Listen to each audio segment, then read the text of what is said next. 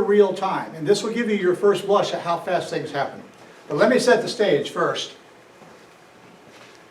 So this happened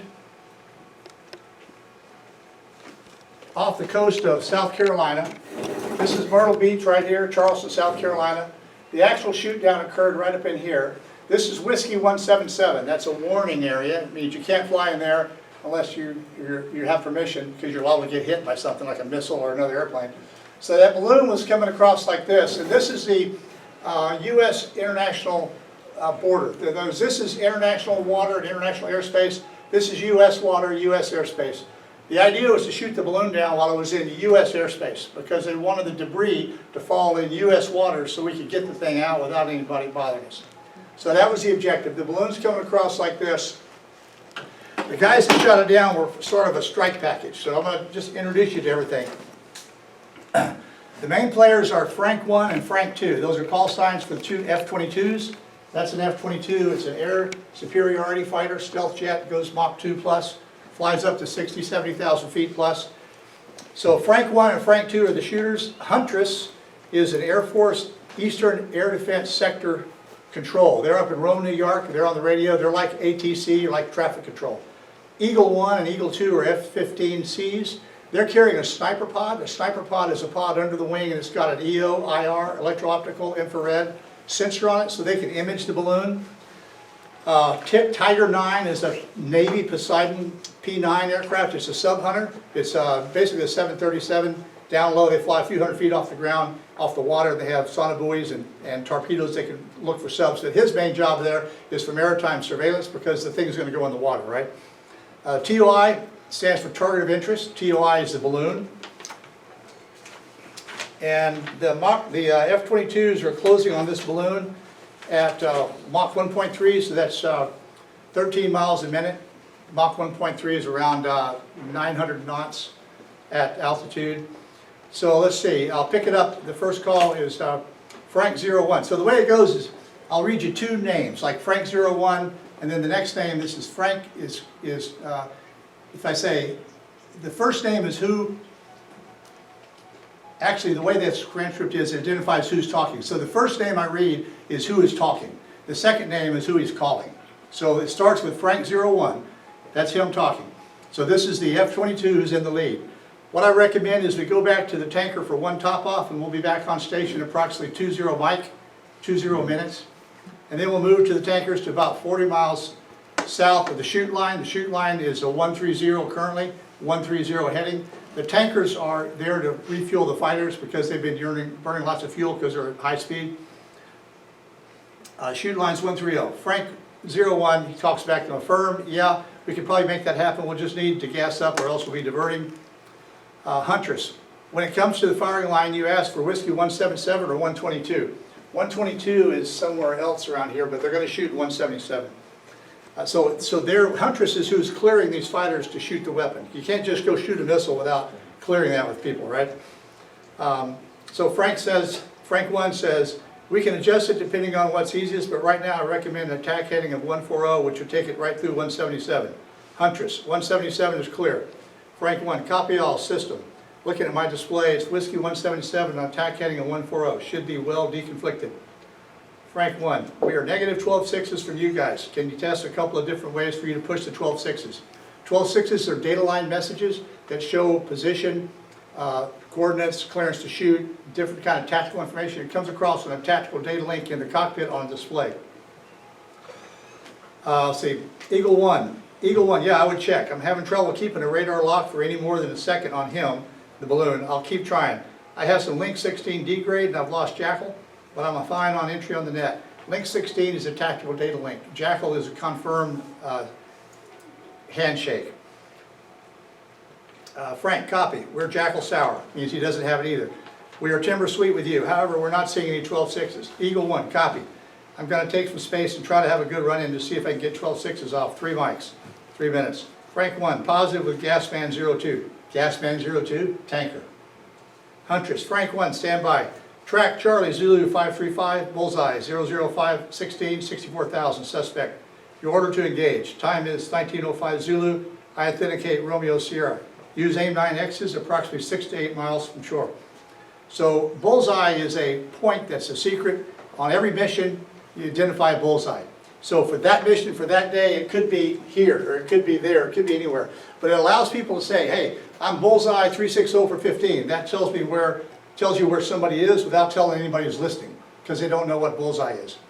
So when he says, track Charlie, Zulu 535, bullseye 005, 16, 64. He's 005 degrees, 16 miles at 64,000 feet. So that's code that gives everybody an instant talk of where they are. Authentication, it's required to authenticate before you release the weapon. So authentication comes from a secret table that changes every day, and there's a code. So they'll authenticate by saying that a column, like a column and a row, they'll do a column in a row, and then the other guy answers with the grid coordinate, right? And it's changed every day, so it's secure. So that way we know somebody didn't pop up on the radio and say, hey, change your target to here and you're clear to shoot, and it's a bad guy, right? So he authenticates the Huntress's command. Frank 1, Huntress, clarification, aim 9X preferred, other ordnance authorized 6 to 8 miles from shore, preferred 6 to 12. How copy? Frank 1, copy all, visual Eagle 2. That means I have sight on the second Eagle, F-15, Steve.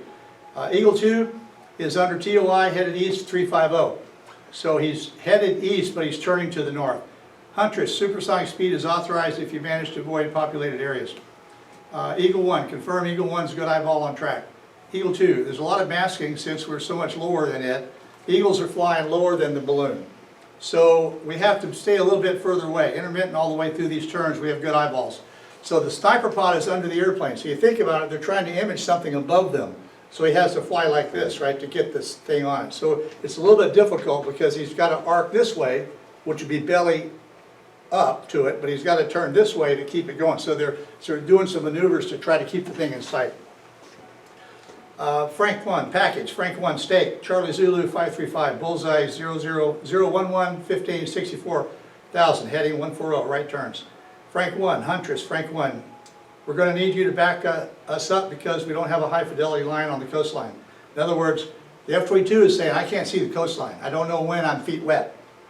And I'm only authorized to shoot when I'm feet wet. Looking for you to provide 6-mile map call when you're observing the TOI at 6 miles off coast. Whiskey 137 will be your outgas. In other words, when you're bingo fuel, you go to Whiskey 137, which is where the tanker is, which is down south. Frank 1, copy. We do not have Whiskey 137 plotted, unfamiliar. We'll need a BRA. A BRA is a varying range azimuth, which means if I ask for a BRA and he says 180, 75, 180, that means he's 180 degrees south of me. He's at 75 miles, and his azimuth, his heading, with respect to me, is 180. So that tells me where the guy is and where he's pointed. That's called a BRA, B-R-A. Let's see, where was I? Okay, we'll need a BRA. Huntress, 100 miles south of Whiskey 177, very marked up. Copy all, Frank 1, copy all. Huntress, outgas, turning northbound to meet him. Huntress, Frank 1, Eagle 1, Huntress. We have them at 66 miles. We'll make them track north after engagement. The tanker is 100 miles south. They're going to bring them north so they can, the fighters can refuel after they shoot them. Frank 1, Eagle 1, Frank 1, what luck, laser. So he's got his laser on the target now. Got her a few times, not at the moment. So the laser gives him a definite range to the target. Eagle 1, Frank 1, request you push to my discreet on secure. So they switched over to a classified frequency so they could talk in the clear, but it's garbled, so it's encrypted, so nobody can hear it. Eagle switching 233525. So they go off the freak that's recorded. This is recorded by somebody, you know, on YouTube. Okay, then they're back. Frank 1, Huntress, Frank, just an amendment to the game plan. Just based on limited ability for Eagle 1 to point for Frank 1. Eagle 1 will just marshal and commit north and trail of Frank 1. But it'll help geometry to keep TOI on 1. Eagle 1, just like this, we're on that currently. In a 180 heading, slight climb, left-hand turn. Frank 1, copy all. You guys will deconflict from Frank above 350. Frank 1, just for posturing to TOI, I'm requesting conditions. Best time estimate for 6 miles. Huntress, Huntress copy, stand by. Huntress, Frank 1, Huntress fire. He's given him permission to fire. Huntress, Frank 1, go. Frank 1, Huntress, Frank 1 track, Charlie Zulu 535 bullseye, 050, 15, 64,000. Track these hostile. Your order to engage. Time is 1928 Zulu. Quebec Yankee, authentication. 6 to 8 miles offshore, preferred 6 to 12 authorized. So the last time he cleared them to engage was at 1905. This is 1920, so it's been 23 minutes while we were doing all this stuff. Huntress, Frank 1, engaged. Charlie Zulu, 535, bullseye, 05015. Frank 1's proceeding outbound. Copy restriction, 6 to 8 miles. Huntress, good copy. Frank, package, standby game plan. Frank 1, package, restake. TOI of 1, Charlie Zulu, 535, bullseye, 05015, heading 140, left-hand turns. Frank 1, Eagle, support Angels as desired. Point TOI 1, Charlie Zulu, 535. Eagle, Wilco. Frank shooter, attack heading 140, profile 1.3 Mach, delivery 5 mile shot. Frank 1, Frank ops check, 12.2. He's calling for fuel. So he's got a wingman, so he says, I'm at 12.2, 12,200 pounds. So the wingman's going to give his fuel. Frank 1, Huntress, as a reminder for Frank 1, we're looking for you to count every single mile the TOI gains offshore. Copy, Huntress copy, Frank 2, track 2 miles nautical offshore. Huntress 3 miles offshore. Huntress 4 miles offshore. So they're calling miles. Frank, can you give me a 30-second out call? Frank Wilco. Frank 1, copy all. We'll turn inbound, we get 5 miles off. Okay, good to know, copy. Huntress 5 miles offshore. Package in right, Frank's friend. Frank switches 1, Frank 1 switches hot. Frank 2 switches hot. He put his master arm switch to on. You can push all the buttons you want to, but if your master arm is not armed, nothing comes off. When you go master arm on, then when you push the button, the missile comes off or the bomb or whatever you're doing. Switch is hot. Huntress, Frank 1, stay range offshore. Huntress, 5.5 miles. Eagle 1, good eyeball. Huntress, 6 miles offshore. Frank, splash 1, TOI. The missile hit, it's detonated, it's blown up. Huntress, copy, splash. Eagle 2, that's a K kill. So you have different kinds of kills. K is catastrophic and blow the thing to smithereens. An M kill is a mobility kill, like you shoot an airplane and it's just immobilized, it's on the ground, can't go. So it's other kind of kills, but this is K kill, completely blew the thing to smithereens. Let's see, Eagle 1 will be on scene to maintain height, eyeball. Eagle 1, there appears to be a metal chaff cloud. It's definitely metal breaking apart. Screen for altitude check. Huntress, confirm weapon safe, roll call. Frank 1, switch safe. Eagle 1, switch safe. Eagle 2, switch safe. Let's see. Eagle 1's committing to climb to 350 to get above falling degree. Eagle 1, Frank 1, you have on-scene command. Frank 1 is Floyd 210. Eagle 1's tally 1, there appears to be debris above. I do not see anything below. Huntress, copy, white parachute falling with nothing below. And so it goes on. The next thing to do is they're going to go to the tanker and hit the tanker, and they're going to coordinate with the Navy guys to find it on the ground, on the water, and then they'll RTB to Langley where they came from. So the Eagles were out of one base, the Raptors were out of another base, the tankers were out of another base. They're being controlled from Rome, New York, and the Navy's on scene.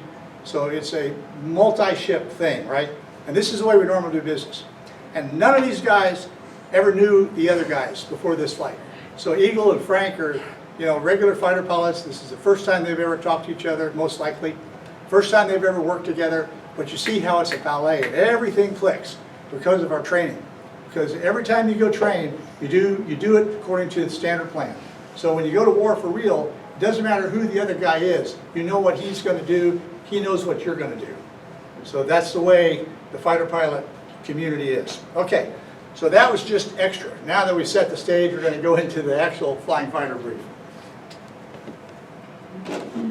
So these are the 3 main airplanes that I flew in my career. I flew about 60 different airplanes, but I spent a lot of time in these airplanes.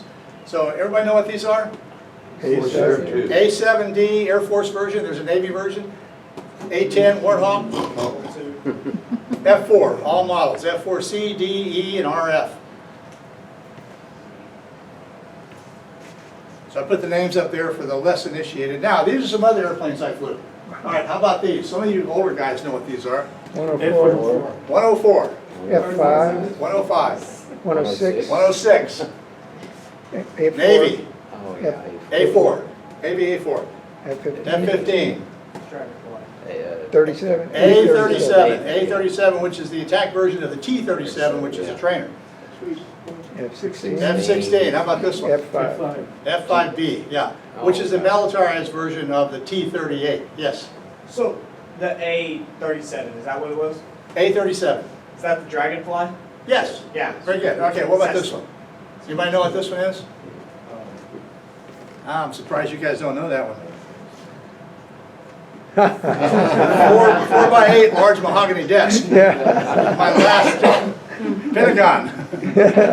Okay, so what we're going to do is talk about the fighter pilot as a weapon system. And I'm going to let you experience the culture of the fighter pilot. The aircraft is a tool, and the fighter pilot's got to use that tool to destroy enemy air and enemy ground assets so that our guys are always safe and we destroy the enemy before he gets to us. The biggest difference is, how many of y'all are in any kind of aviation, flying private airplanes or CEP or something? Right. So in this normal civil aviation world, you learn how to fly, you worry about landings and navigating and cross country and maybe later instrument flying and all the rules of airspace and all of that stuff. And when you go to a check ride, it's all about that. In the Air Force and the fighter community, that's all a given. We don't even test you on that stuff. What we're worried about is how you can fight the airplane. On a check ride, we're worried about mission stuff. If you're flying a single seat fighter and you can't land, that'll get sorted out soon, one way or another, right? So it's a whole different environment. And all these fighters that I flew are single seat fighters except for the F-4. And so when you fly with an instructor pilot, he's in another airplane over there. So you're on your own. The very first flight I ever did in the A-7, right out of pilot training, is solo. There's no other plate, there's nobody in the airplane. First flight in the A-10, solo. And so you're a real pilot when you start doing that stuff. And the emphasis is not on how you fly the airplane. Acrobatics, night, instruments, formation, all that stuff is a given. So the things that the Thunderbirds do, which is really impressive, flying so close together, a bunch of them, every Air Force pilot can do that, not as detailed, but we all fly in formation. We all fly 3 foot of wingtip separation. We all do formation landings and formation takeoffs, not with 6 of us, but often with 2 or 3 or 4. So that's just normal flying. For a fighter pilot, that's normal flying. So the training pipeline. First we go to undergraduate pilot training. It's 220 hours. You start in the T6, then you go to the T38 or the B1 if you're going to be a bomber guy. That's 12 months. Then you go to what's called fighter lead-in. So that's going to teach you fighter flying in a T38 that you're used to flying. And that takes about another 3 or 4 months. You get about 30 hours. That's in an AT-38, which has the ability to drop some bombs. Then you go to replacement training unit, RTU. That's 120 hours in your weapon system. So now you're going to fly the F-16, the F-15, the F-35, whatever it is. That's your mission airplane. And it takes 9 months. So now you've been a year there, 3 months here, 9 months. You're 2 years into the pipeline, and you're still not mission ready. Then you go to your unit of assignment, and you do what's called mission ready upgrade. So for example, you go to pilot training in Columbus, Mississippi. You do fighter lead-in maybe there. And then you go to RTU for the F-16 at Luke, for example, and then you get assigned to Shaw Air Force Base, South Carolina to fly the jet in operational. You go to war in it. You're not in training anymore. Once you're there, it takes another 6 months to become fully mission ready, another 75 to 100 hours. So you've got 220, 250, 370, 400 plus hours of flying time in high performance jets before you're a ready round, before we can send you to war and do what you're designed to do. So it's a very, it's like playing a piano. You've seen concert pianists, when they play, and I think, how in the world do they know? You can't stop and think about this finger goes over here, this finger goes over here. It's all just rote. And you get that way after this intensive training pipeline. So I'm going to go through this briefly. We're going to look at some fighter cockpits. We're going to talk about performance of aircraft. So everybody knows pretty much what a Cessna 172 is, so I'm going to compare a fighter F-16 with a 172. I'll talk about handling qualities, how they compare, weapons and weapon system knowledge, and then missions. And at the end of this thing, we're going to have some videos about some different kinds of missions, air-to-air, air-to-ground. And at the very end, I'll do a typical fighter brief, a 2.0 sortie, what that briefing sounds like and what it looks like. And we'll talk about tactics along the way. So this is the cockpit of an A-10, A-7D, my first airplane. So what's important to note here is, that the flight instruments right here, ADI and the HSI, the heading situation indicator, the airspeed indicator, the altimeter, That's your flying instruments right there. Everything else is mission weapon system. Everything else. So if you're in a 172, that's common. Everything else is foreign, right? So for example, that's a radar display, that's a moving map display. Here's your heads-up display up here, and I've got some film for that later. This is your weapons selection panel. So all of these little switches down here are weapon station switches. So on the A7, you'll notice it's got 6 main stations, 3 on each wing, and then there's 2 on the fuselage on the shoulders. So there's 8 weapon stations. So you select the weapon station by picking that switch up. So if I pick up this switch right here, then that station is going to be hot. Then I fuse it. I fuse whatever is the bomb or missile that's on that station with another set of switches. And then the master arm switch is over here. And then once I get all that set up, then I hit the pickle button and the bomb will come off. What fuses you set is all part of your training to know what to do there. Air refueling controls are over here. This little handle right here, since this was a Navy airplane, it's designed for you to grab a hold of it when you take off on a carrier, on a catapult, because it's so much thrust. If you just have your hand on the throttle right here and you put the throttle all the way forward so it's up next to it, then the thrust is going to pull your hand back and the engine's going to unspool and you're going to go in the water. So they grab that little handle, that T-handle right there, and hold on to it. So when you go, you don't pull the throttle back. These are environmental control switches for the air, for the temperatures, for radios, for communications, secure comm. Here's your radio stuff for secure communications. This is an idiot panel over here, which says, you know, something's wrong with the airplane, like low oil pressure. They call it idiot panel because you should already know something's wrong with your airplane. But if you missed it for some reason, there's a big warning, master caution right here, and it flashes yellow. Basically it says, hey idiot, look down at that panel. And then you look down here and it says low oil pressure or left hydraulic out or something like that. This is my oxygen and G-suit connections. And then all these are mission systems related. So electronic countermeasures, chaff and flare dispensers, air refueling, see, those are over there. Secure comm, IFF, friend or foe. So you get the idea. There's a G meter over here and a raw gear, RWR, radar warning receiver. So this is really helps you save your life, because when an enemy radar is illuminating my aircraft with a scope, with a span, I get an indication right there, and it tells me where it is, what direction, and what it is. So if it's air to ground, air to air, or whatever. And these panels right here tell me what I've selected on the station, like Mark 82 bomb, missile, so forth. So that's an A7 cockpit, and that's from the 1960s. So we're going to go forward. The A10 is similar. Engine instruments, by the way, engine instruments are always on the right. That's a screen to relay information from a weapon that's on the pylon, like a Maverick, which is an ELO, electrical optical. It's got a TV camera in it, and it'll show me the picture here that the missile's looking at. So I use that to target things.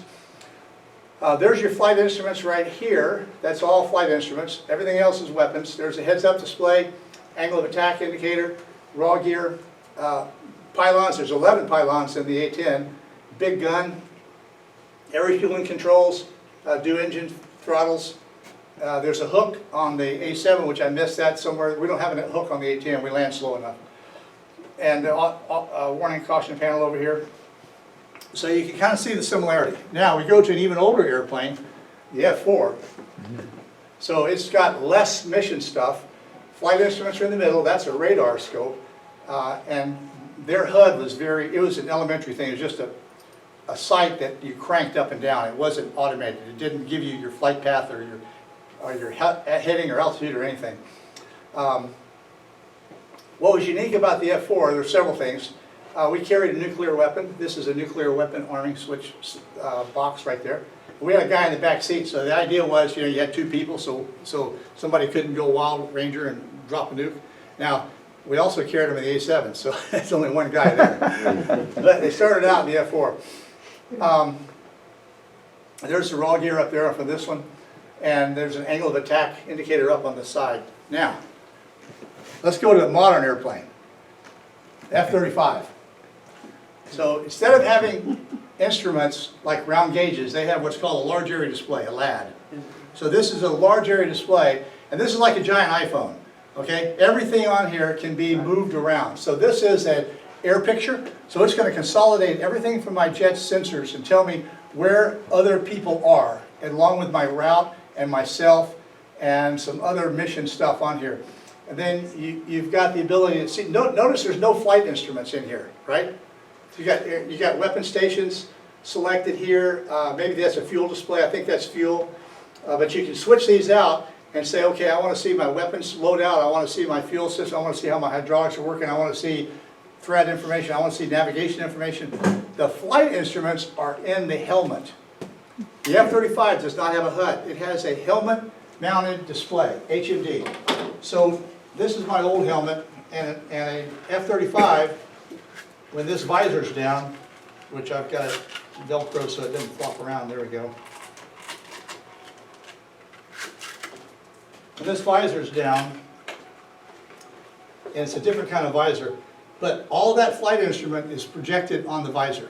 So you have a flight path marker which shows where your airplane is going through space.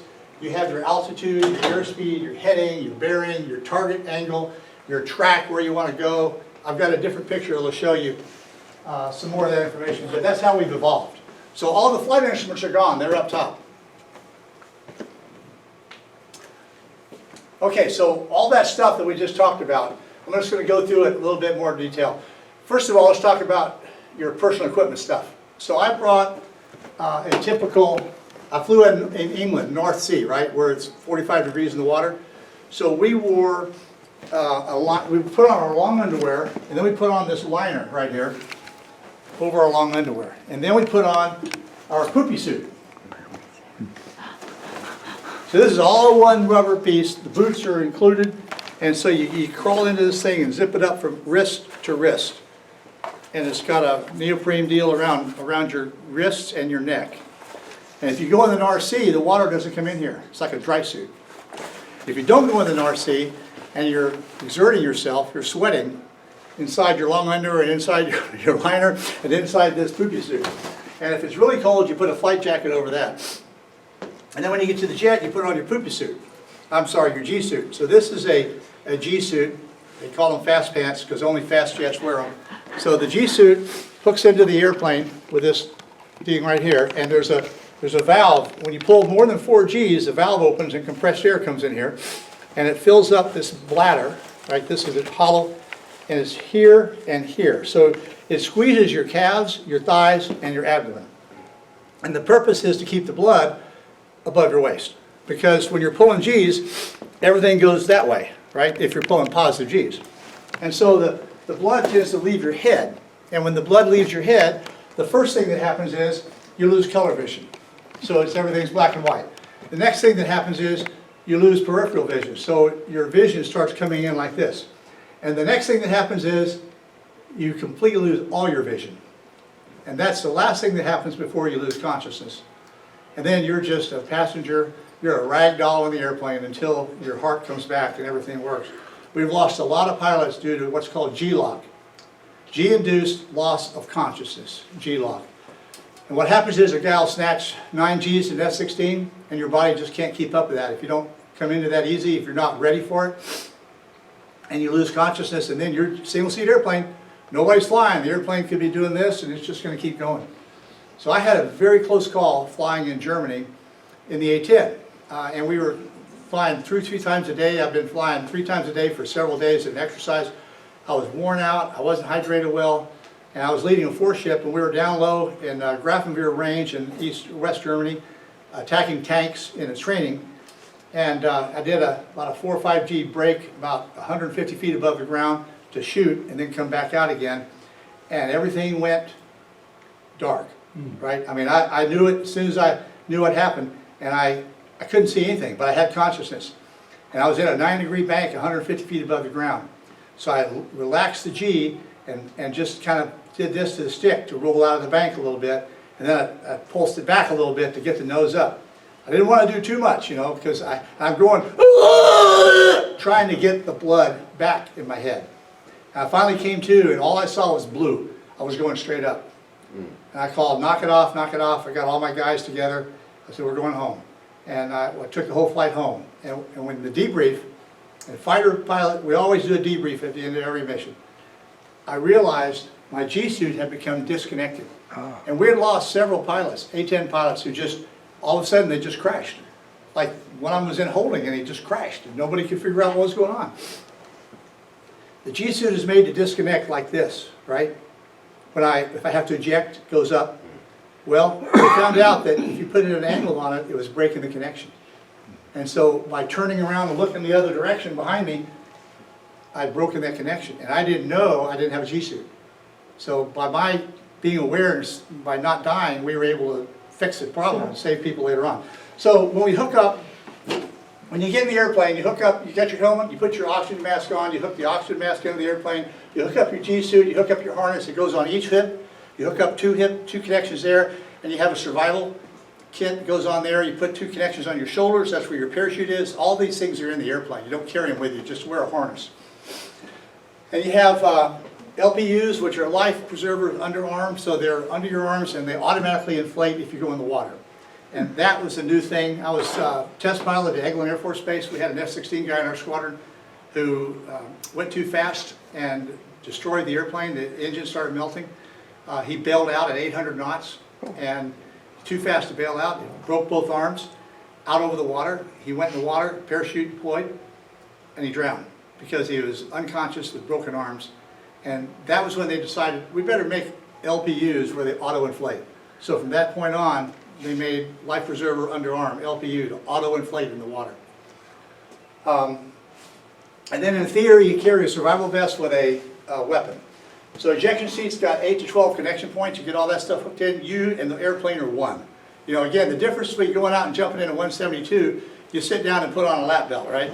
In the fighter, you put on the lap belt and the oxygen and the G suit and the helmet, and you just got all kinds of stuff, and you pretty much are one with the airplane by the time you're done. The F-4 had garters around your legs, because if you ejected in the F-4, your instrument panel was so close it would cut off your legs. So they put these garters on with inertial reels, so when you put the handle, the first thing that happens is these garters run around here and one around here. They pull your legs in, and then the seat goes up the rail, and you keep your legs. So we've got air-to-air radar, we've got air-to-ground radar, we've got sensors and displays, IR, infrared, search, track, electro-optical, that means eyeball, RF, radio frequency, and laser. All of those are some of those controls we talked about. A tactical data link, so it sends messages right to a little screen on my panel. Like, for example, I've got a wingman, and he sends me a tactical data link message that says he's got 16,000 pounds, he's hungry, he wants a hamburger, or whatever. You know, he sends that stuff over the data link, and I get it in my screen, so we don't have to talk on the radio. So that's called a tactical data link. And we get information about our target from the ground guys. Electronic countermeasures, so we can jam other people, jam ground radars. Today we have integrated GPS and INS. INS is an inertial navigation system. It's not dependent upon the satellite. A fire control computer. The fire control computer is the greatest thing. It tells us where our bomb is going to go at any time. It used to be in the old F-4, you had to get a certain dive angle at a certain speed at a certain G and have the pipper right on top of the target at a certain altitude. You had to match all these things in order for the bomb to go where it was supposed to go based on ballistics tables. Well, they programmed all those ballistics into the fire control computer, and they gave us a little diamond in the HUD, and the diamond is positioned over the ground wherever my bomb is going to go if I released it one time a flight ago. So all I have to do is drag that diamond in my HUD over the target and hold down the consent button. Now it's called a consent button instead of a release button, because I'm consenting for the computer to release the bomb. And the bomb goes through that diamond, and we get a shack, a bullseye. So that's the fire control computer. The armament panel, we talked about that, storage selection, fusing options, internal gun. In the F-4, we had an external gun, it's a pod, the A-7, A-10, F-16, F-15, you've got internal guns. We carry bombs, we carry missiles. We carry the F-22 and F-35 have internal bomb bays because they're stealth. We've got a heads-up display with weapons symbology. We've got a helmet-mounted queuing, which in the F-15 and 16, it's a helmet with a display in the visor. It's not a heads-up display like the F-35, but it's integrated into the weapon system. So with a head-mounted queuing, helmet-mounted queuing, you can turn your head, and there's a symbology, and you look at the target, and you press a button, and the computer says, okay, the target is under that sight line. And it locks onto that, and then I can shoot a missile off of this rail that's going to curve and go down that bearing and find the target. Up until this happened, if you're going to shoot another airplane, you have to have your nose pointed at him, right? If the enemy's over here and you're over here, you can't shoot at him. Your bullets are going to go over there, your missiles are going to go over there.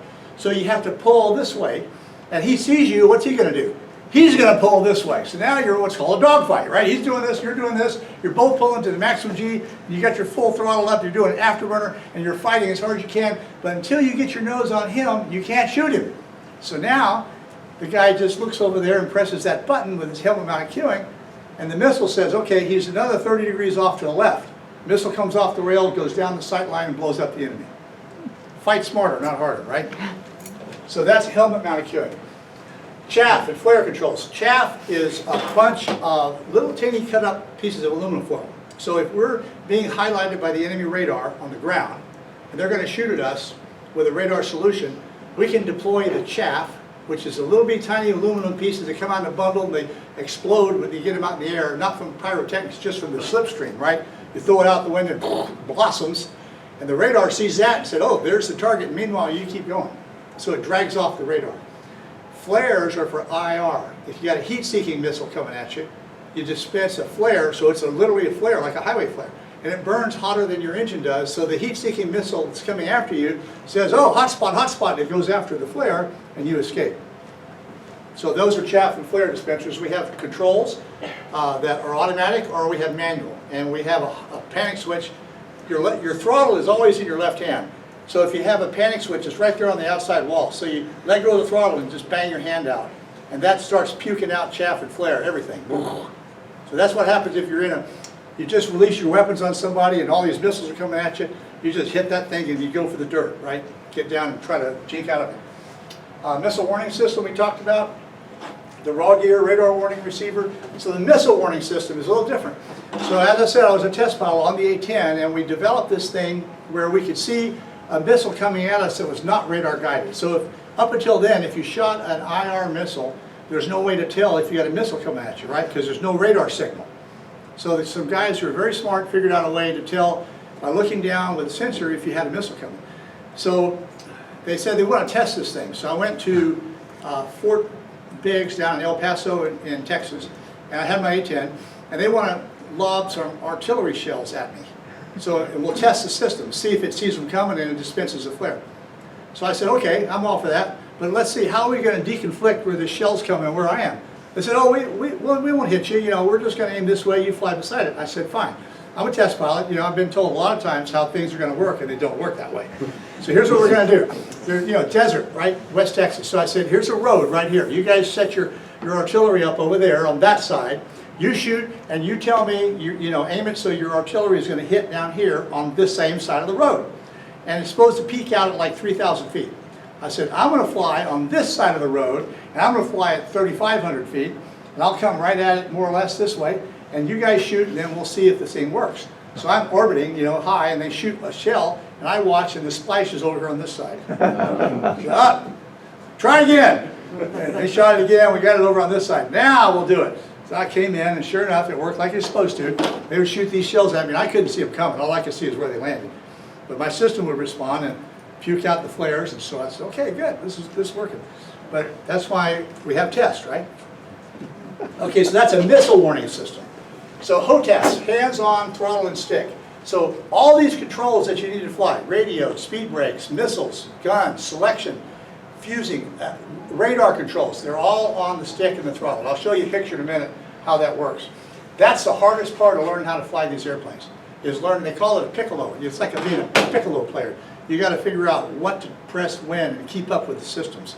And all this is happening at the speed you're flying. We're almost done. So, you got a jettison button. If you get in trouble, you hit the jettison button, it cleans the wings. Everything comes off, right? So, we also have air refueling controls to open our air refueling door and to sequence what tank's going to get filled. We've got a hook, so if we need we loosen our brakes, we put the hook down like a carrier, take a cable. The ram air turbine. So, the A7, it's got one engine, right? If you lose that engine, it has electrics, hydraulics, thrust, everything. You lose that engine, you're a 40,000-pound flying piece of metal. They put a wrap in there. So the ram air turbine is a little turbine about this big, and it lives inside the fuselage on the side. And if you lose everything, you pull the wrap handle, the door pops open, this little propeller on it, right? the airstream, you're doing 300 or 400 knots, spins that thing up, and now you got hydraulics and you can fly the airplane. And you can get to at least a bailout area or make a landing if you keep the speed up. But don't get slow, because then the rat's going to stop working. An APU, an auxiliary power unit. So the A-10 has an APU. The F-4, you had to have a ground start cart to bring it up, pump air through the engines. The A-10 has its own APU, so we can start the APU, and then we can start the engines from the APU. Afterburner, the F-15, 16, the F-4, all those airplanes have afterburners where it dumps fuel into the exhaust, and the fuel ignites, gives you an extra boost. When you're in full afterburner, you're burning like 12,000 gallons, 12,000 pounds an hour. No, more than that. It's like 12,000 pounds every few minutes. So if you only have 12,000 pounds in your airplane, you can't go into afterburner very long. You use it for takeoff, and you come out of afterburner mill power. And if you ever get in a dogfight, you need it, you can tap it. But you can't live in afterburner, or you have a 10-minute sortie. KY is secure radio, so we have these radios where they're classified with encryption in the bay, in the side of the airplane, and you can talk to them, and they're kind of like a secret comm. So you can talk to other people that have a KY. So we can talk, we can just use our normal words, but they're encrypted and they come across as garbled to anybody that's listening to them. So everybody who's flying knows about your transponder. ATC says, okay, squawk 2354, something like that. That's a code. That code is mode 3. In fighters, you have mode 1, mode 2, mode 3, 3A, mode 4, mode 5, and IFF, and they're all encrypted, can be. So you also have the ability, like in the F-15, to interrogate other IFFs. So you can look around like an air traffic control guy and say, okay, I see the airliner, I see the Belgian fighter, I see the, oh, who's that guy? Oh, he's not IFF, he's not friendly, he's foe, so we shoot him down. Radios. In the Cessna, you've got a VHF radio. In fighters, you got UHF, and for air-ground stuff, you have an FM radio. So you normally would have a VHF to talk to civilians, a UHF to talk to other military, and an FM for ground. So you got all 3 radios, and you only got 2 ears, right? So usually somebody will set up one with a higher volume than the other one, and so you can listen. So we use FM to communicate intra-flight, like to a wingman, and UHF we talk on to like tankers, and then VHF we can talk to civilian control towers, ATC. Okay, so stick grips. So this is an A-10 stick grip. It's fairly simple. That's a trim button. That's a weapons release button. This is a slew button for your sensor out there. There's an air refueling disconnect. There's a nosewheel steering button down here and a paddle switch down there. This is an F-16 stick grip, and it's a little more complicated. You've got an air-to-air radar that we don't have in the A-10. So this little doghouse thing right here, you slew that thing with your finger, and it controls where the radar is looking. So you can want to look over there, over here, higher or lower, and you also have the ability, by pressing the button, to change from one mode to another mode. Then your trim, your top hat is your trim, your microphone is on your throttle, trigger for guns, I forget what the red button is, but there's about, here we got a little diagram. There are about 35 different functions on these things. So this is an F-35 stick and throttle. So the speed brakes are on the throttle, the microphone's on the throttle, push to talk. The weapon select mode, this is on the throttle, so you're selecting again what weapons mode you're in, air to air, air to ground, so forth. Your cursor slew, so you've got a cursor up here on your panel, and you can slew the cursor over a target and then press it and designate that target. So you're telling the computers on board, that's my target. If I shoot a missile, that's where I want it to go. So lights, if you want to go dark, you know, we call it Christmas tree when you're all lit up. When you cross the fence, when you go into enemy territory, you go dark. So one switch turns off all the lights. Let's say throttle. I'm just gonna, okay. So next slide. So here's a typical A-10 guy going out to war. He's got his G-suit on, his harness that we talked about strapping in. On his leg is his notepad. This is the key to everything. This is what I flew with in the A-10 in 1980, 79. I started this very thing right here. You see a lot of these big heavy metal ones, you know, and they're all kind of fancy ones, but all you really got to have is a piece of paper. And ideally, you put everything on one piece of paper because you don't have time when you're flying these things. And by the way, the A-10 does not have an autopilot. I crossed the Atlantic multiple times in the A-10 without an autopilot. So you put this on your leg and you have time to basically look down there and, you know, you're flying like this and you can look down and catch what you need.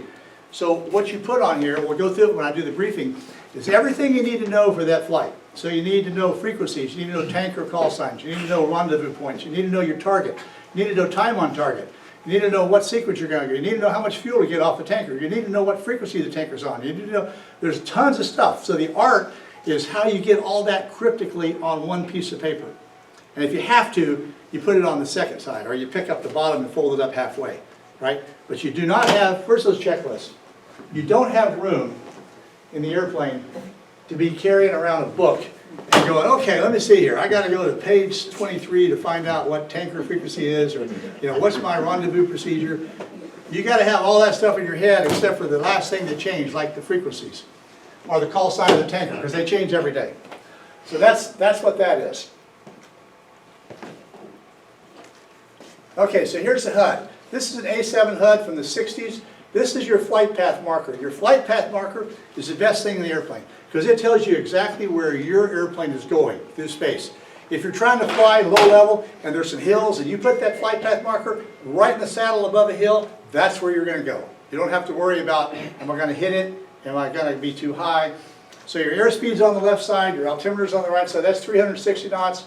He's at 4,000 feet. His heading is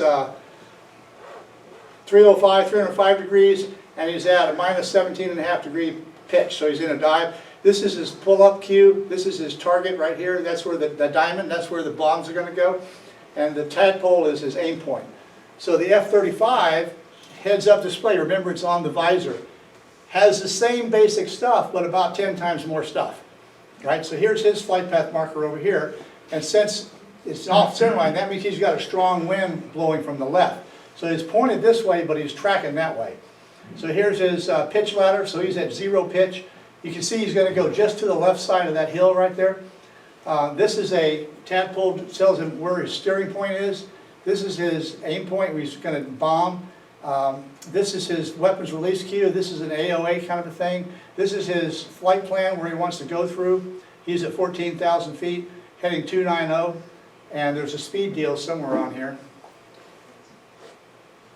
Oh, over here, it's in the dark, 625 knots. So you assimilate all that stuff, and in the F-35 it's a little more tricky because in a normal heads-up display, it's right in front of you, right? When you turn, you're looking through where you're going. In the F-35, if you turn your head, now your display is over there, right? But you're going this way. So you gotta figure out how to use that.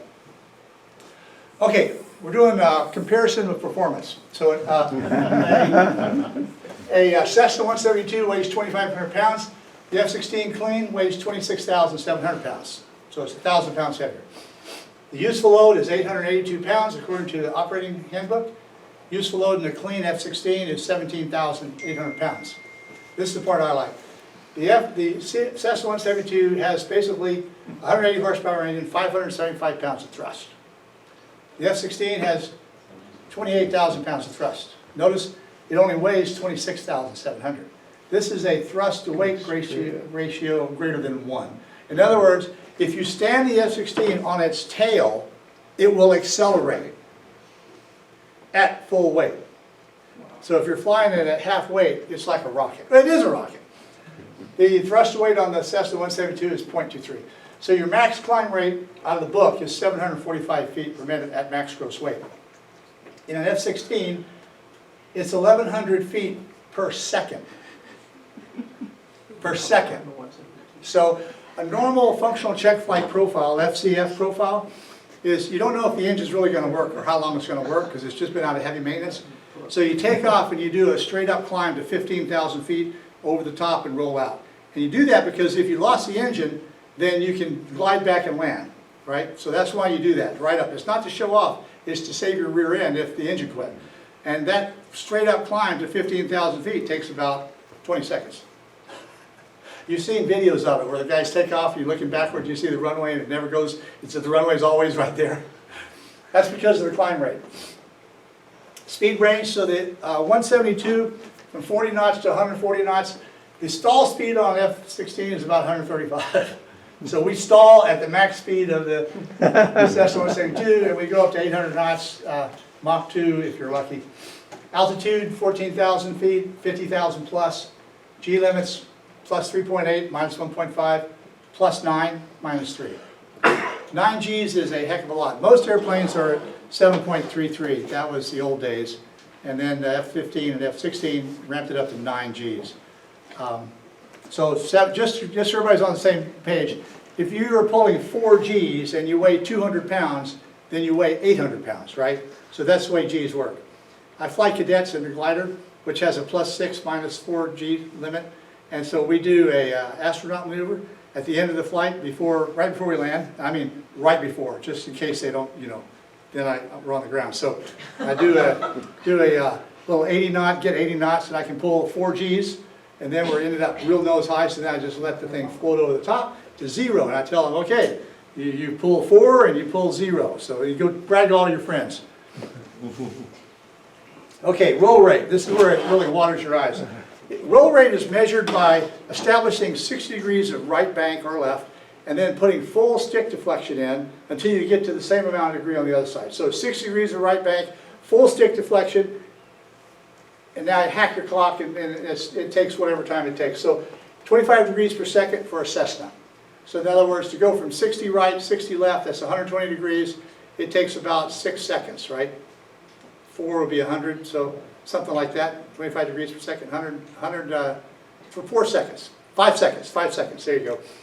So in the F-16, if you full stick deflection, put your arm up like this because your head's going to bang off the side of the canopy. So 360 degrees per second. So one roll. Plus. 360 plus. Okay, stick force per G. That's a measure of how much you have to pull to make the airplane have 1 G. So I've flown fighters, I've flown transports, I've flown helicopters, I've flown gliders. A typical 737 has 40 pounds per G stick force. In other words, you have to pull 40 pounds to get the second G on there, which is good because we don't want airliners having 2 Gs, right? Okay, and the Cessna, it's about 25 pounds. In other words, to pull a second G, you can go to 60 degree bank and hold it, that's 2 Gs, you're pulling 25 pounds. And you can measure that with a scale sometimes if you want to. So in the F4, F-16, it's about 3.4 pounds per G. So you put 6 pounds of pressure on the stick, now you're at 3 Gs, right? So it's very sensitive, to say the least. Maximum angle of attack. Angle of attack is how steeply you can fly without stalling. So in a Cessna, it's around 15 degrees, so in other words, 5, 10, 15, and you're pretty much at the limit for steady state, max gross weight. In the F-16, I'm sorry, it's more than 35 degrees. So, just think of what a 30 degree and 35, the airplane can just keep flying like that and not stall. Okay, so weapons. Remember, the idea of a fighter pilot is weapon system. It's all about fighting the airplane, not flying the airplane. So you have to know all about the weapons and how to use them, and how to employ them, what the limits of the weapons are. So let's talk about air-to-air weapons. We've got the old AIM-7s, which are radar guided. So you would lock your radar on a target, pass that information to the missile would go off and have a radar of its own, it would hit the target. That's a radar guided missile. Sidewinders, AIM-9s. By the way, they're called sidewinders because when they come off the rail, they go like this until they get stabilized, right? They start at your speed, but they're really small, so they need about Mach 2 to get stable, so they go until they get fast enough, and then so that's why they're called a sidewinder. So the AIM-9 is a heat-seeking missile, and there are AIM-9A, B, C, D. We're up to M or L, X now. So each one has more and more smarts in the head. Used to be they could just see a hot spot and they'd go after it. Now they have what's called imaging infrared. So the infrared sensor has enough pixels in it to not just see a hot spot, but to paint the whole picture. So this is really good because if you're going after an airplane and you can paint the picture, then you know whether it's a bomber or a fighter, you know where to hit it. You know whether to hit it in the fuel tank or hit it in the engine or the wings or hit it in the cockpit. And you can determine all that from an imaging infrared sensor. AMRAAM is Advanced Medium Range Air-to-Air Missile, and it's Air Intercept Missile version 120. It's a medium to long range radar guided. So again, you pass the, in your aircraft, you see a target, you with your own sensor system, you pass that target's bearing and range to the missile looks over there, and when it says, I've got it, you got a handshake between you and the missile, you let it go, and it goes out and flies out there and goes active after it's halfway there. So if you're an enemy airplane flying, and you get one of these missiles shot at you, they're going very fast. You can't see them coming. So the phenomenon is, you're flying along, fat, dumb, and happy, you got a wingman over there, and all of a sudden he blows up. He just, because you don't see missiles coming. And because they burn out. You know, an air-to-air missile, the rocket motor burns out long time before it gets to the target, unless you're real close. If you're within 2 or 3 miles, you're going to see it.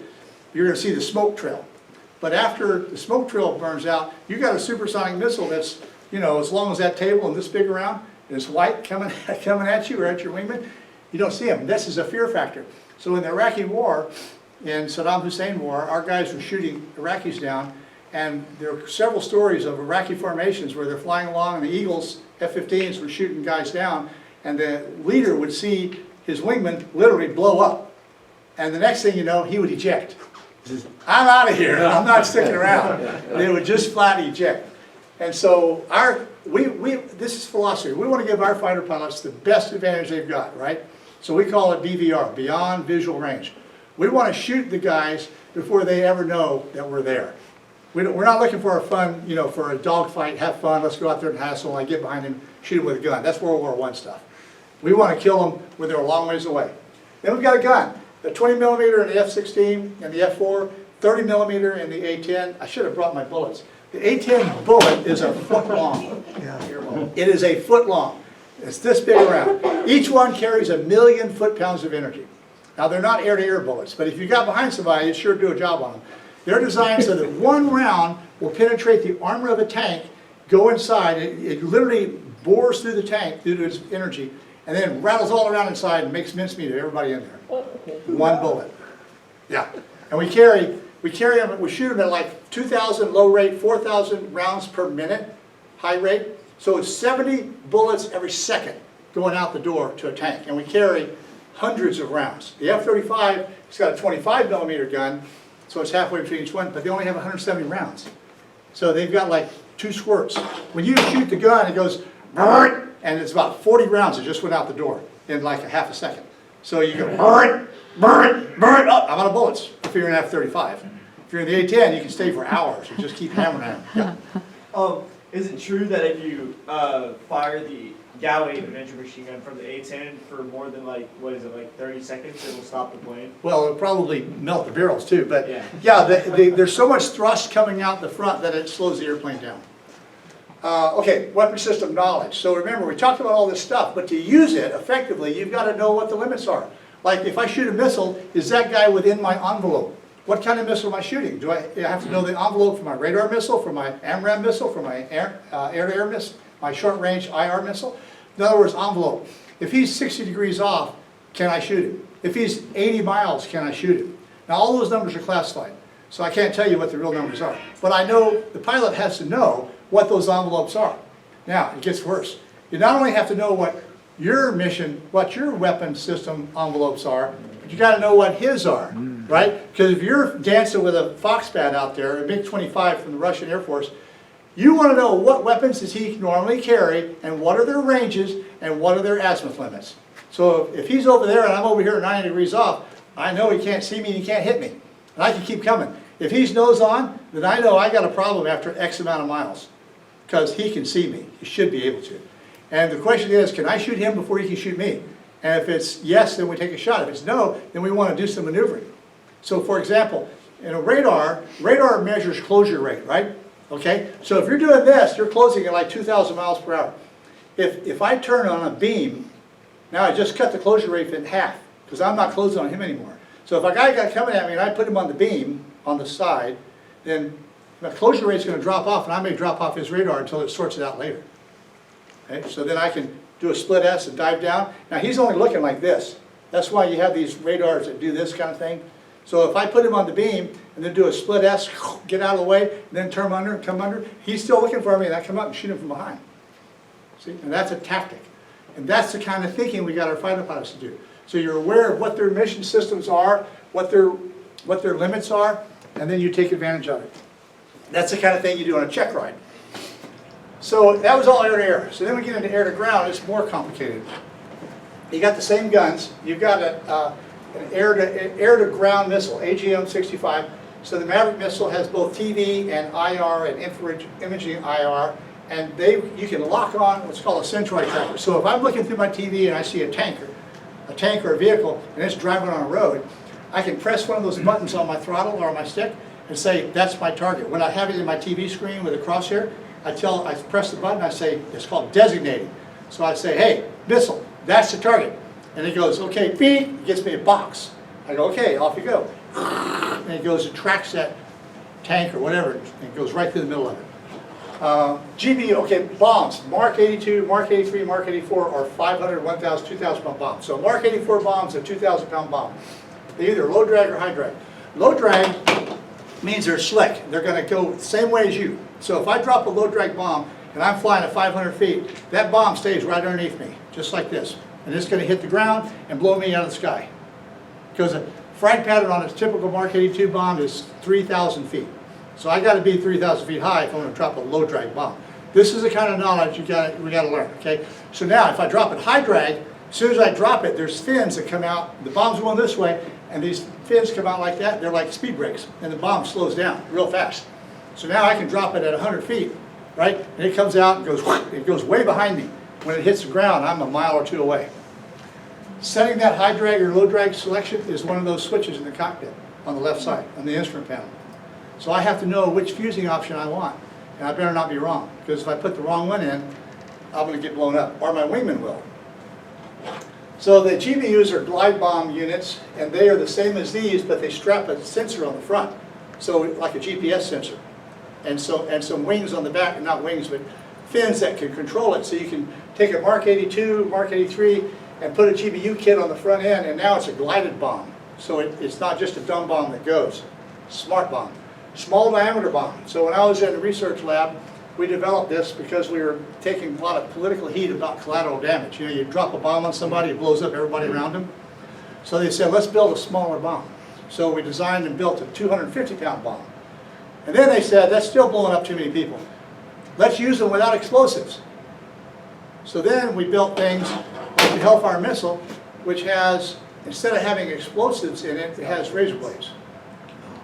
So you guide this thing with your guidance kit, and you drive it right through the top of the car that the bad guy's in, and when it functions, it opens up, and it's going hundreds of miles an hour, right?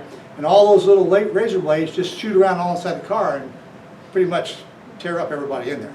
But the car doesn't blow up. So you have a hole in the car, everybody's dead, and the guys that are on the side, right beside the car, live. That's pretty good. They still complain. JDAB, Joint Direct Attack Missile, Joint Standoff Weapon, Cluster Bomb Unit, something else bomb unit, allows a rocket launcher aircraft under wing. So the CBU is a really cool thing. It's a cluster bomb unit, so it's a big can. It splits in half, like this.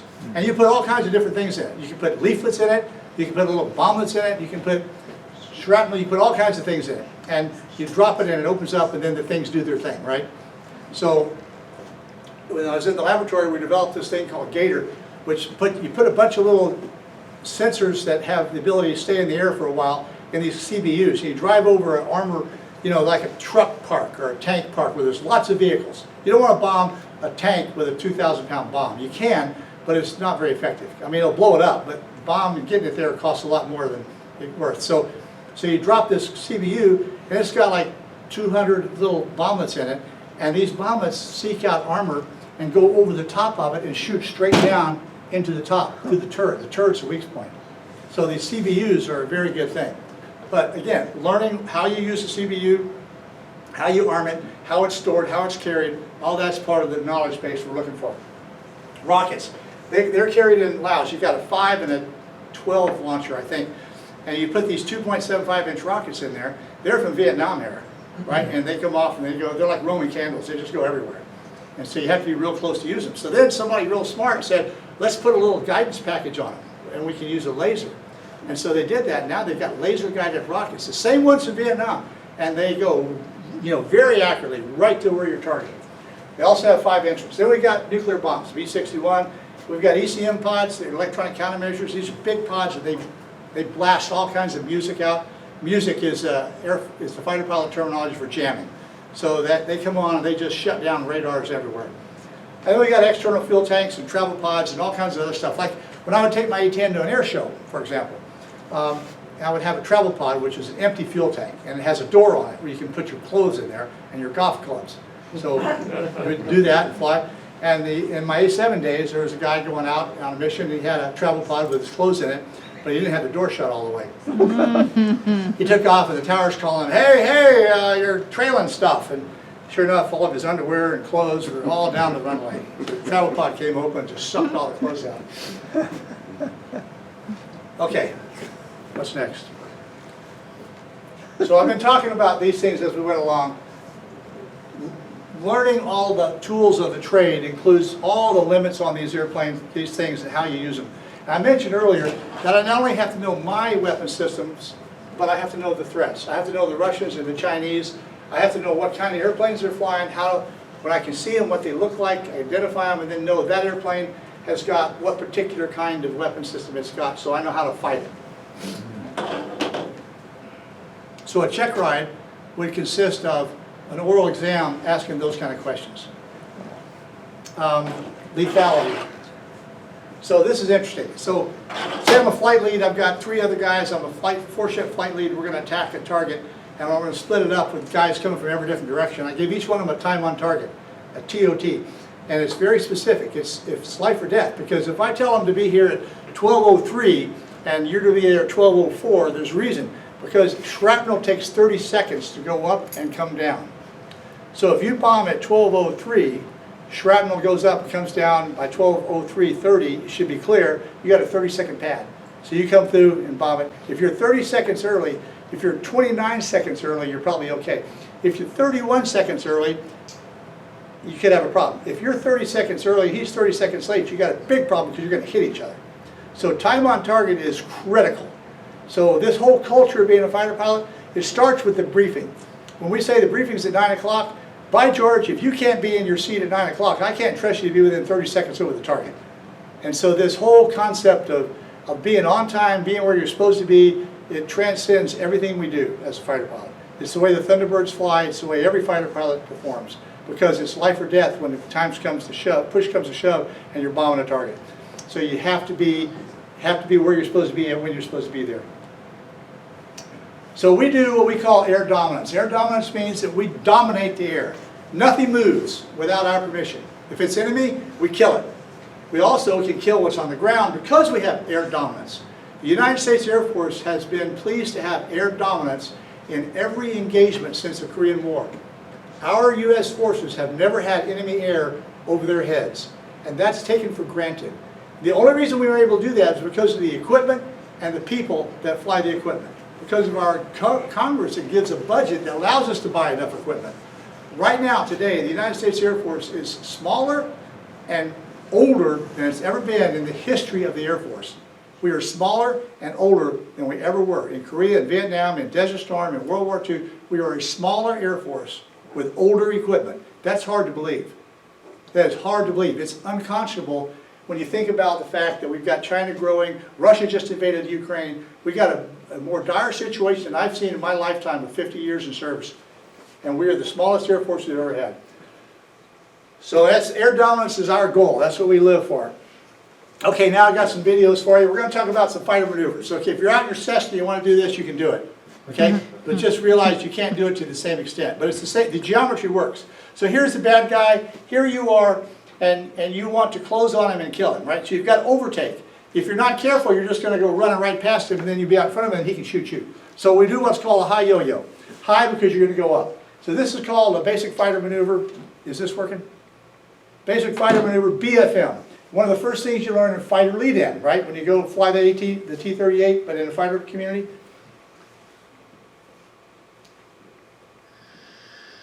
So this scenario, we can go down 1 minute, he's right to where you respond to the high yo-yo.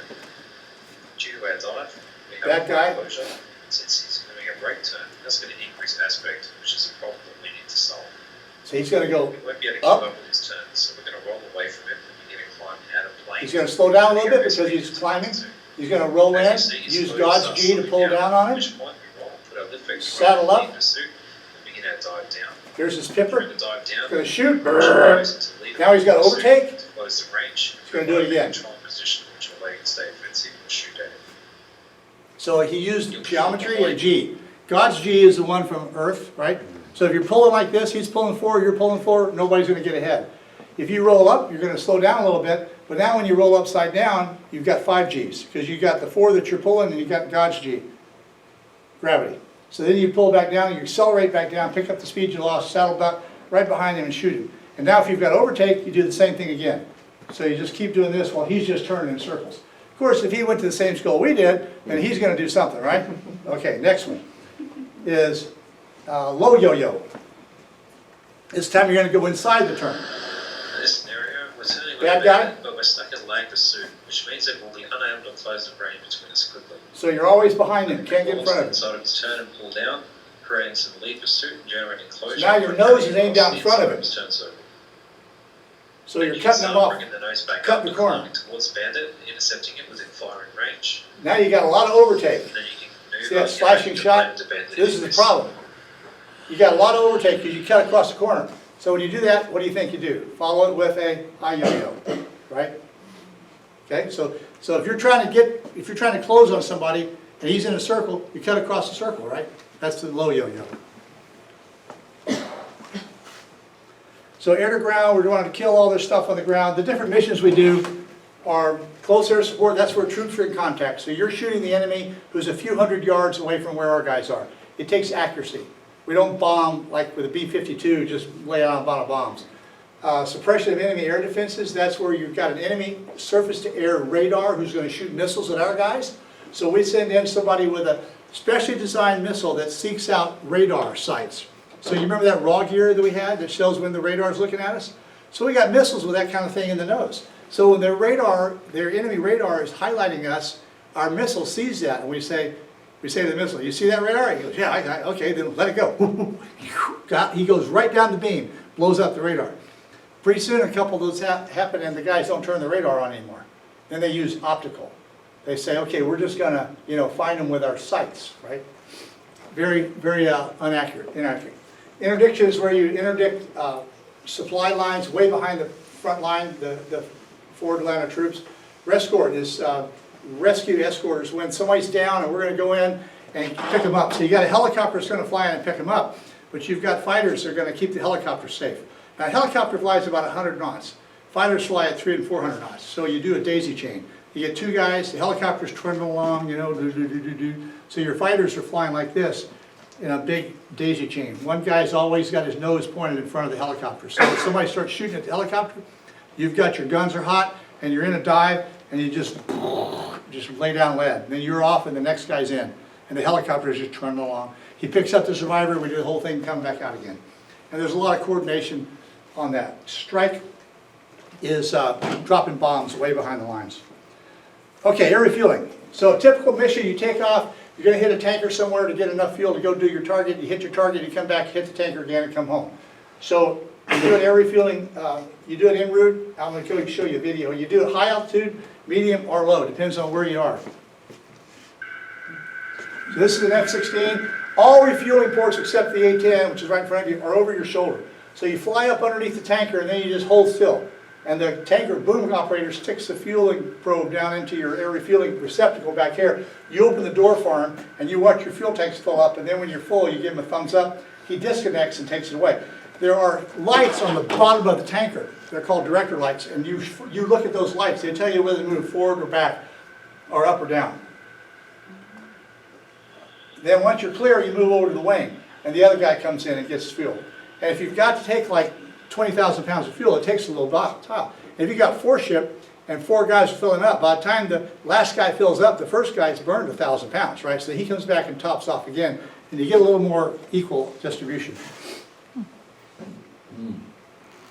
Okay, so a typical, formation. We fly tactical formation is line abreast, 6,000 to 9,000 feet. So you don't fly like this when you're going to war. You fly like this. The reason why is single seat fighters, right? So there's nobody to look behind you except your wingman. So if you're flying like this, 6,000 to 9,000 feet, the reason why it's 6 to 9 is so you can turn inside the other guy. Your turn radius at fighter speed is inside 6,000 to 9,000 feet. So I'm looking, if I'm flying on the left wing, I'm the leader, I'm looking over there, I'm checking behind his airplane for enemy coming up. He's looking behind my airplane. And we do this calm out. So if we're going to navigate low level, then we have to have calm out navigation. So if we're flying like this and I want to turn 45 right, and I'm on the left, I'll just turn, and he's going to see me going, and he'll turn, he'll go across and line up. If I want a 90-degree turn, I just turn 90, he flies across and turns. If I want him to turn, I give him a wing flash. And he goes, okay, here we go. And if I want him to stop at 45, I'll give him another wing flash. So we do all this calm out, no talking. We just do wing flashes. If we're in formation, I want to know how much fuel he's got. I give him a signal. How much fuel do you have? He gives me back, he'll say like 3,100, or he'll go 3,100, okay? I go, this is channel. Let's go to channel 5. He goes, right, channel 5. So all calm out, hand signals. A pop-up attack. A pop-up attack is when you're flying low level, a couple hundred feet, and you're coming up on your target, but you're going to have to be at a dive angle to drop your weapon. So you're low level, you want to transition to a pull up to an altitude, roll over to attack the target, line up on the target, drop your bomb, and then pull off and go back to low level where you can egress. That's a pop-up attack. So I've got a video of that.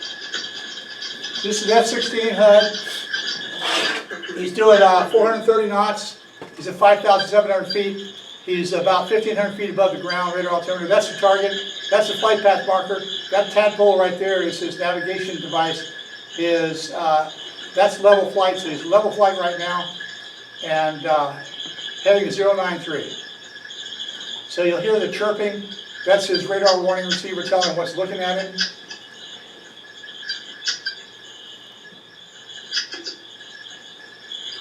This whole thing's going to take about 20 seconds. So you can see he's descending now. He's 800 feet, 700 feet. The terrain is coming up. His target's off to the right, notice. So he's offsetting, so he's going to come back hard right in a minute. Now he's climbing. There's the obstacle he's going over. He's at 5 degrees of pitch.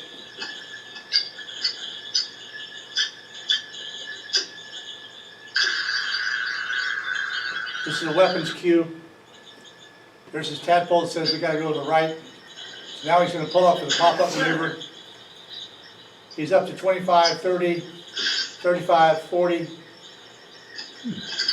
Now he's rolling upside down. He's going to line up. He's doing 320. He's completely inverted, pulling down to see the target. There's the target. He rolls out. This is the bomb fall line. He wants to put the bomb fall line right over the top of the target. There's his release cue right there. This tells when the bomb comes off. So then he's off to the right. So he's going to release and pull up. And then jink to the right. That's the computer telling him, hey, your bombs came off. Get back down, low altitude, nose down, and try to egress. And that's a typical pop-up maneuver. Okay, last bit is the briefing. So if we did a typical fighter brief, we would say, so this all goes on your card, right? So pay attention, so we're going to write all this down. So I tell the guys what time it is. We're going to say a time hack. It's going to be 16:55. Threat intel, here's who we're going against. Here's what the enemy air order battle is going to be. Formation assignments, year 2, year 3, year 4. The air tasking order and the special instructions. Our target is so-and-so. We have special instructions not to go into this area because there's drones over there, not to go in this area, so we're prevented from flying there. Threats, what they are, location, what the enemy air order battle is. In other words, what our threat enemy is, what the airplanes are. Our air refueling track, our air refueling control time, the tanker call sign, the tanker freaks, the AWACS, Airborne Warning Control System, their call sign and frequencies. AVCCC is bookshelf, they're a controlling agency, and a C-130 used to be. Rescue call signs, if we need rescue, that's a call sign. It's over here on this frequency. what no-fly areas are, what the weapons-free zones are, which means we can bomb or drop anything there, where the drone operations are, and if we have to, our departure and recovery areas, where we're planning to go, how we recover.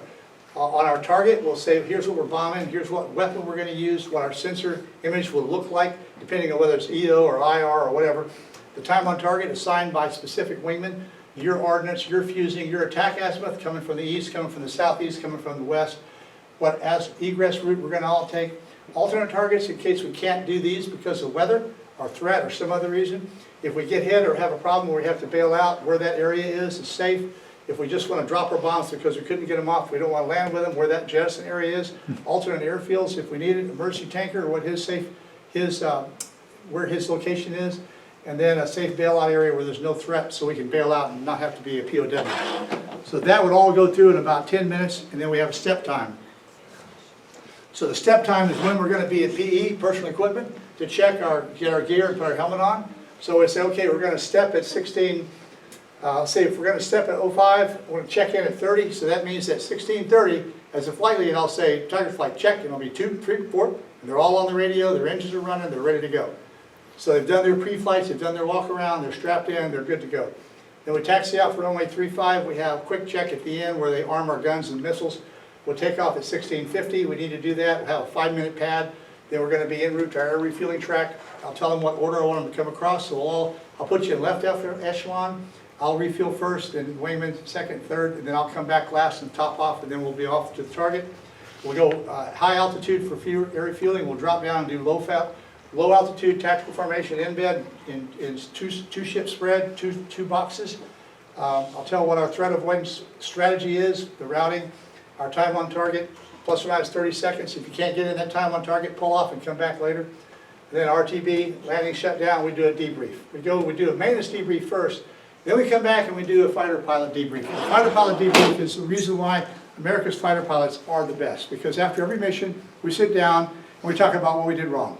And it's not a matter of ego or bashing or saying, hey, you screwed up. It's about, hey, how can I improve? How can I do this better? So the flight lead goes around and says, hey, I noticed you're late on the check-in. Hey, I noticed you're having trouble air refueling. We go around all the way around. Then we say, the flight lead says, okay, what do you guys have for me? Because we leave the egos outside and we want to improve. That's why we're the world's best Air Force.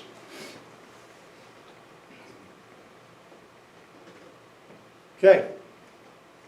That's it. That's all there is to be a fighter pilot. Yes, sir. Thank you.